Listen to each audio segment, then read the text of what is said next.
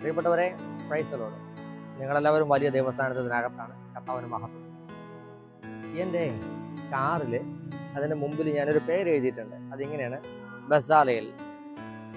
BAZALEL, Bezalel. ഈ വാക്ക് ബൈബിളിനകത്തുള്ളതാണ്.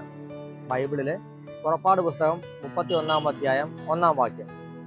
ആ വാക്കിന്റെ അർത്ഥം ഇതാണ്: അണ്ടർ ദ ഷെയ്ഡ് ഓഫ് ഏൽ.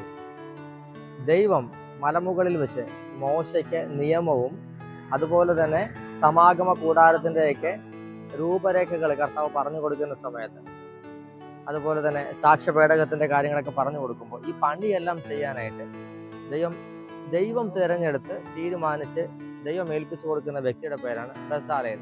31-ന്റെ 1-2 വാക്യങ്ങളിൽ നമുക്കിത് കാണാൻ പറ്റും. ദൈവം പറയുന്നത് എങ്ങനെയാണ്: ഊറിയുടെ മകനായ ബസാലേലിൽ ഞാൻ ദൈവിക ചൈതന്യം നിക്ഷേപിച്ചിരിക്കുന്നു എന്നാണ് പറഞ്ഞത്.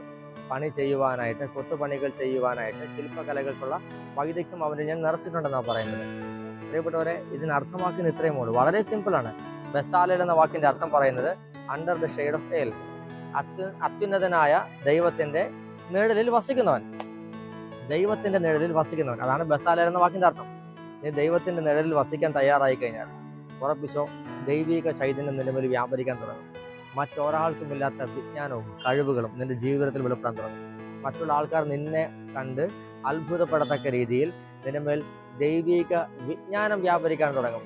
ബാക്കിയുള്ള സകലത്തിനെയും കീഴ്പ്പെടുത്തുന്ന, ബാക്കിയുള്ള എല്ലാത്തിനേക്കാളും മുന്നോട്ട് നിന്ന് നയിക്കുന്ന ഒരു ദൈവിക ശക്തി നിന്റെ മേൽ വെളിപ്പെടാൻ തുടങ്ങും. കാരണം എന്നോളൂ, യു ആർ എ ബസാലേൽ. അതെ, നീ ഒരു ബസാലേലാണ്. ദൈവത്തിന്റെ നിഴലിന്റെ കീഴിൽ വസിക്കുന്നവനാണ്.